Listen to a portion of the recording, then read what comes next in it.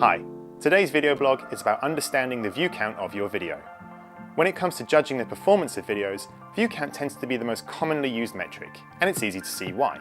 It's the most visible measurement, clearly shown on most platforms. It's easy to make sense of, and it can generate some impressive numbers. But looking at view count alone is a risky way to assess how well your video is performing, for a few key reasons. Firstly, the view count itself doesn't tell you anything about who your audience is. You may have 500,000 views on your latest video release, but if those views are all occurring in New Zealand and your target market is the UK, then you probably need to re-evaluate how to reach your audience. Secondly, viewing numbers aren't the same as viewer retention. If those 500,000 people are on average only watching 5% of the video, the vast majority of your content isn't being seen. Thirdly, it's important to remember that different social media channels measure views in different ways. As an example, on Facebook, if your video autoplays on someone's feed for 3 seconds or more, you've gained a view. But on YouTube, the viewer has to initiate playback and play a minimum percentage of the video before a view is counted.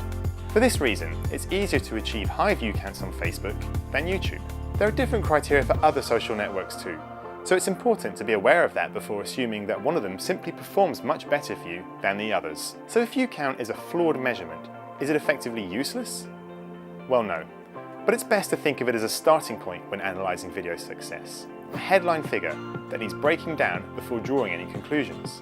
It's like the turnover of your business, when what you really need to know is profit.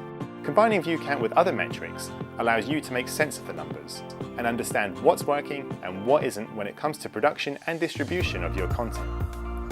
And it starts right from the beginning, when setting goals for your video. By all means, incorporate viewing figures into these, but know the limitations. And be aware that these numbers alone are not a measure of success. So that wraps up our brief overview of viewer count. Until next time, like our Facebook page or subscribe for more and share this video to help us boost our view count.